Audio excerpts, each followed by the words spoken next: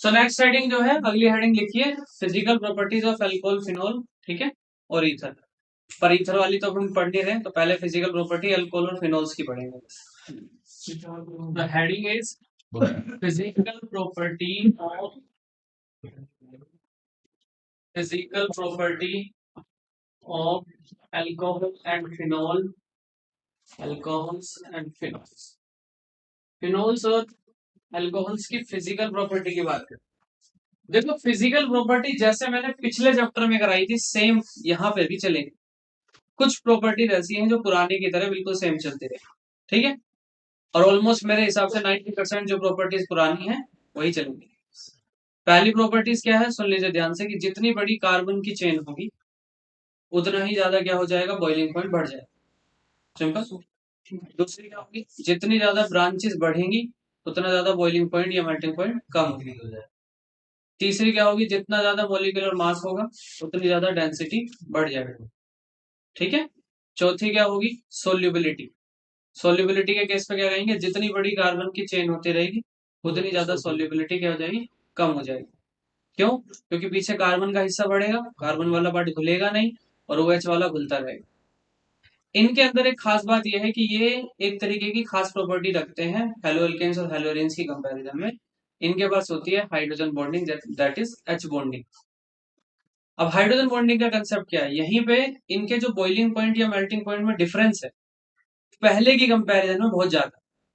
जैसे इसका रीजन समझिए, तो पहले हम वन बाय वन सारी चीज करते हैं।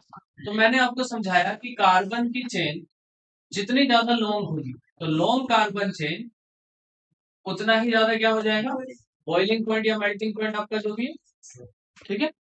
दूसरी तरफ कार्बन की चेन के अलावा अगर ब्रांचेस आप बढ़ाएंगे तो ब्रांचेस के केस में बॉइलिंग पॉइंट जो होगा आपका वो कम हो जाएगा, क्लियर। तीसरी बात, जितना मोलिकुलर मास आप बढ़ाओगे, ठीक है, मोलिकुलर मास जितना बढ़ाओगे उतना ज्यादा ही डेंसिटी क्या हो जाएगी, बढ़।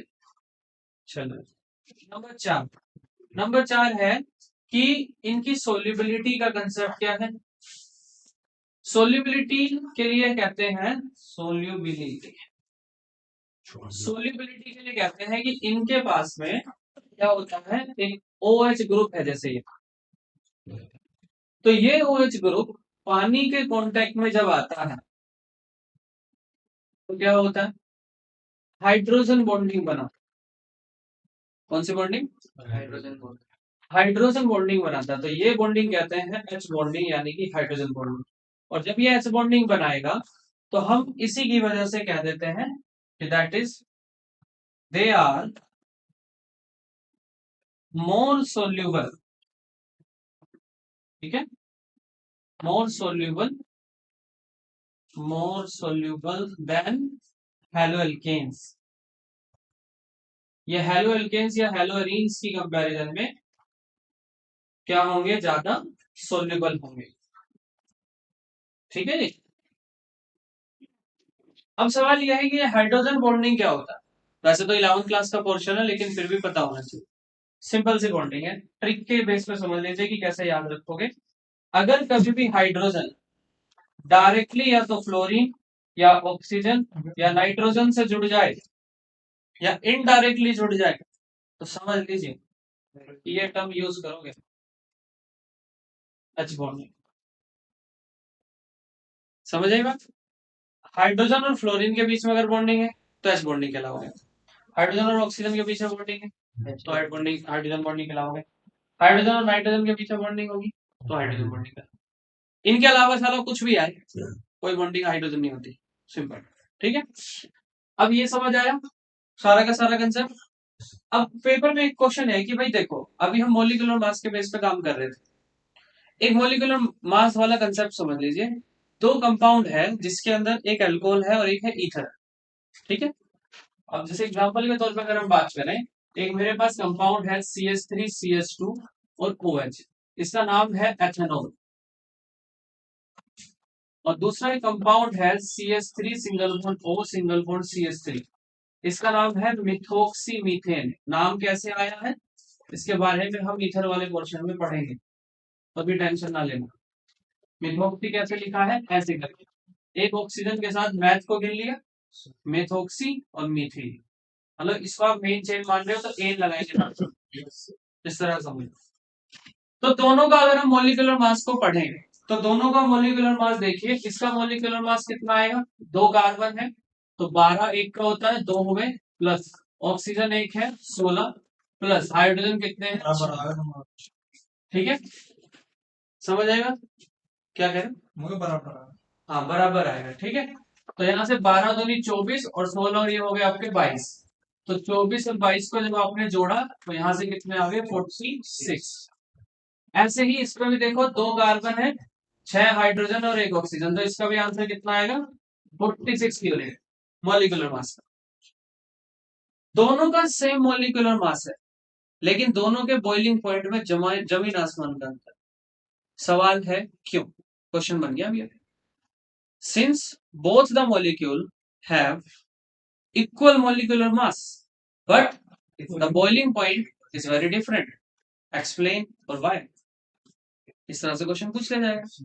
तो पहले वाले के अकॉर्डिंग देखिए, अब देखिए ये ऑक्सीजन किससे जुड़ा है डायरेक्टली, कार्बन से, और इधर भी किससे जुड़ा है, क्या हाइड्रोजन बॉन्डिंग है, नहीं है। और यहाँ देखो कौन सी बॉन्डिंग है, हाइड्रोजन बॉन्डिंग, हाँ तो ये एच बॉन्डिंग बनाता है। और ये एच बॉन्डिंग इतनी ज्यादा तगड़ी होती है, अगर आपने टेस्ट ट्यूब के अंदर एथेनॉल जैसे मॉलिक्यूल बहुत सारे डाल दिए ना, तो एथेनॉल को गर्म करने के अंदर आपको बहुत टाइम लग जाएगा, बहुत ज्यादा।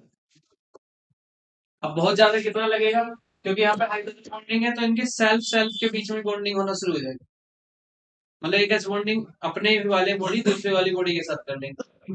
तो ऐसी स्थिति में आपको ध्यान रखना है कि सेल्फ का इनका बॉइलिंग पॉइंट ज्यादा क्यों होता है, क्योंकि ये हाइड्रोजन इंटरमोलिकुलर कर लेता है। इंटरमोलिकुलर का मतलब है आपस में ही एक जैसे के बीच में बॉन्डिंग कर लेना, समझ आई बात। और दूसरी बॉन्डिंग होती है इंट्रामोलिकुलर एच बॉन्डिंग। इंट्रा मतलब दूसरों के साथ करेगा, अपने ही जैसी बॉडी होगी लेकिन उसके साथ में अलग बॉन्डिंग यूज हो रही होगी, तो उसके साथ उसका मतलब एक का एच तो दूसरे का ऑक्सीजन, एक का एच या तो दूसरे का फ्लोरीन, अपना एच या फिर तीसरे का नाइट्रोजन, ये यूज करेगा। तो यहाँ पे वो सेल्फ भी बॉन्डिंग यूज कर लेता है। तो इसी तरीके से फिजिकल बॉन्डिंग के बेस पे क्वेश्चन होंगे। एनसीईआरटी के बेस में एक क्वेश्चन दे रखा है, क्वेश्चन में पूछा हुआ है that is arrange the following set of the compound in order of their increasing boiling point. Example number 11.3 paper में काफी बार पूछा हुआ है, डायरेक्ट क्वेश्चन है, तो सॉल्यूशन को बुक में से नहीं देखना है, अपने आप सोल्व करना है, ठीक है। क्वेश्चन में लिखा हुआ है पहले में पेंटेन 1 ओल, दूसरे में लिखा है ब्यूटेन 1 ओल, फिर ब्यूटेन 2 ओल, एथेनॉल, प्रोपेन 1 ओल और मेथेनॉल। मिल गया। yes, अभी सारी की सारी प्रॉपर्टीज को मेजर करके अगर हम देखें तो मेथेनॉल में एक कार्बन आता है, दूसरे में क्या है प्रोपेनॉल, तीसरे में है एथेनॉल, अच्छा सॉरी, इन्हें अरेंज करेंगे तो सबसे कम किसका होगा ये बता दो, मेथेनॉल का। दूसरा उसके बाद एथेनॉल 2 कार्बन वाला, उसके बाद 3 कार्बन वाला है प्रोपेनॉल।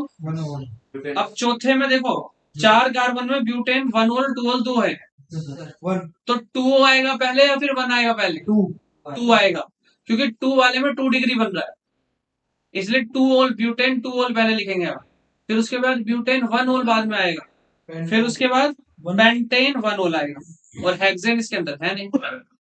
समझ आ गया कंसेप्ट। तो इसके बेस में आप ये वाला क्वेश्चन भी कर सकते हैं। नेक्स्ट क्वेश्चन अपने आप ट्राई करना है, इसमें लिखा हुआ है पेंटेन 1 ओल, एन ब्यूटेन, एन और उसके बाद पेंटेनल और इथोक्सी इथेन, ये वगैरह इसमें लिखा हुआ है। इथोक्सी इथेन तो आपको पता है कि भाई अल्कोहल से कम हो। अब देखो ऐसे समझो, आपके पास एक तो ईथर है मान लो, एक एल्केन है और एक अल्कोहल है। फिर से रिपीट करो, एक एल्केन है, एक ईथर है और एक अल्कोहल है, तीन हो गए। तीनों में सबसे ज्यादा किसका होगा, अल्कोहल का, दूसरे नंबर पे ईथर का, तीसरे नंबर पे एल्केन का। कंफ्यूजन खत्म। क्वेश्चन में देखो, क्वेश्चन में लिखा हुआ है पेंटेन 1 ओल, एन ब्यूटेन, पेंटेनल और इथोक्सी इथेन। अब देखो एक आ रहा है पेंटेनल, अलग आया एल्डिहाइड, लेकिन याद रखना अल्कोहल का ज्यादा ही होता है एल्डिहाइड से भी, क्योंकि इसमें कार्बन के साथ ऑक्सीजन है, ओ के साथ ऑक्सीजन, ओ के साथ एच के साथ कोई बॉन्डिंग नहीं है। अब भी हाइड्रोजन बॉन्डिंग मजबूत है, हाइड्रोजन बॉन्डिंग नहीं है उसके अंदर डायरेक्टली, आप देख रहे हो कि सी डबल बॉन्ड ओ और एच लिखते हैं, तो कार्बन के साथ डबल बॉन्ड ओ वाला लिखा है, मतलब कि एल्डिहाइड वाले केस में सी डबल बॉन्ड ओ और एक एच होता है, तो यहाँ हाइड्रोजन बॉन्डिंग नहीं है भाई, इसलिए इसका अल्कोहल से कम होगा, बाकियों से ज्यादा होगा। ठीक है, तो आंसर क्या हो जाएगा, सबसे कम किसका होगा, सबसे पहले ब्यूटेन, क्योंकि कुछ नहीं जुड़ा हुआ है। उसके बाद दूसरे नंबर पे आ रहा है आपका इथोक्सी इथेन, तीसरे नंबर पे आएगा आपका पेंटेनल, और फिर चौथे नंबर पे आएगा पेंटेन वन।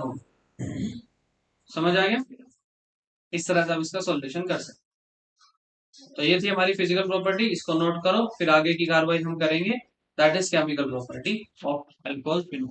ठीक है।